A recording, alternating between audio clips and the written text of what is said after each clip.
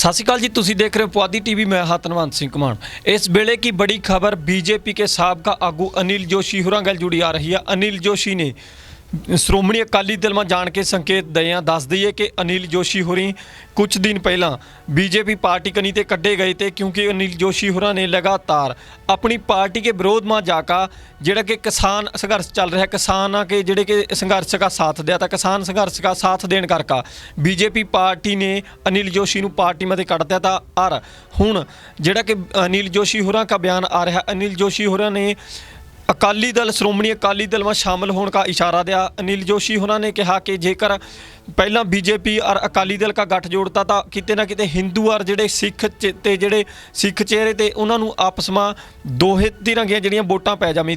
पर उसके बाद जो अकाली दल बीजेपी ते अलग हो गया, अकाली दल का भी यही कारण था बीजेपी ते अलग होने का कि जिहड़ा किसानी अंदोलन आ उसनूं लेकर किते ना किते अकाली दल कनी ते दस्सिया जा रहा था कि उन्होंने बीजेपी का जिहड़ा गठजोड़ तोड़िया था। उसके बाद हुण अनिल जोशी होरां कनी ते कहा जा रहा कि ਜਿਹੜਾ ਹੁਣ अनिल जोशी होरां नूं पार्टी में कढ़ दिया गया था किसानी अंदोलन के बारे में बोलन करके, किसानों का साथ देने करके अनिल जोशी होरां नूं पार्टी में कढ़ दिया गया था। पर हुण जिहड़ा कि अनिल जोशी होरी हुण ओह श्रोमणी अकाली दल में शामिल होने जा रहे हैं। उन्होंने कहा कि जेकर किते ना किते मेरे पार्टी छड्डण ते बाद हुण मैं आज़ाद हाँ, जिहड़ा ਉਹ ਕਿਸੇ ਵੀ मैं मतलब कि आज़ाद हाँ, ਜਿਹੜਾ ਉਹ ਵੋਟਾਂ नहीं लड़नियां ਤੇ मैं आज़ाद ਚੋਣਾਂ में नहीं लड़ना चाहता।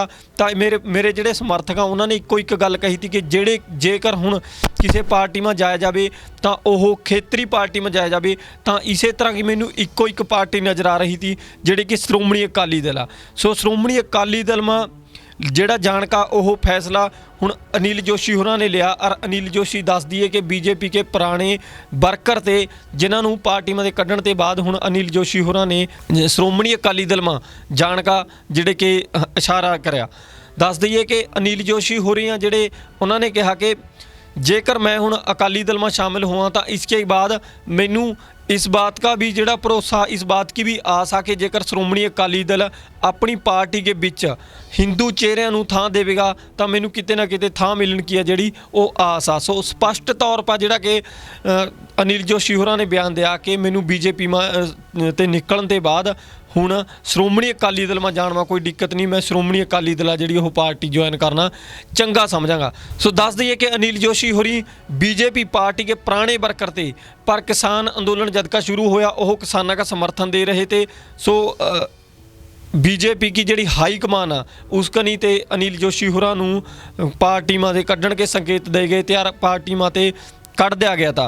सो पार्टी में कढ़ण के बाद अनिल जोशी होरी किसान संघर्ष का लगातार जिहड़ा कि समर्थन कर रहे थे। और हुण अनिल जोशी होरां कनी ते श्रोमणी अकाली दल जिहड़ी कि पंजाब लेवल पर बहुत बड़ी पार्टी है, पंजाब की पार्टी है, श्रोमणी अकाली दल में शामिल होने के इशारे दे गए हैं। फिलहाल वास्ते इन्नी ही अपडेट। जुड़े रहो पुआधी टीवी के गैल। सत श्री अकाल।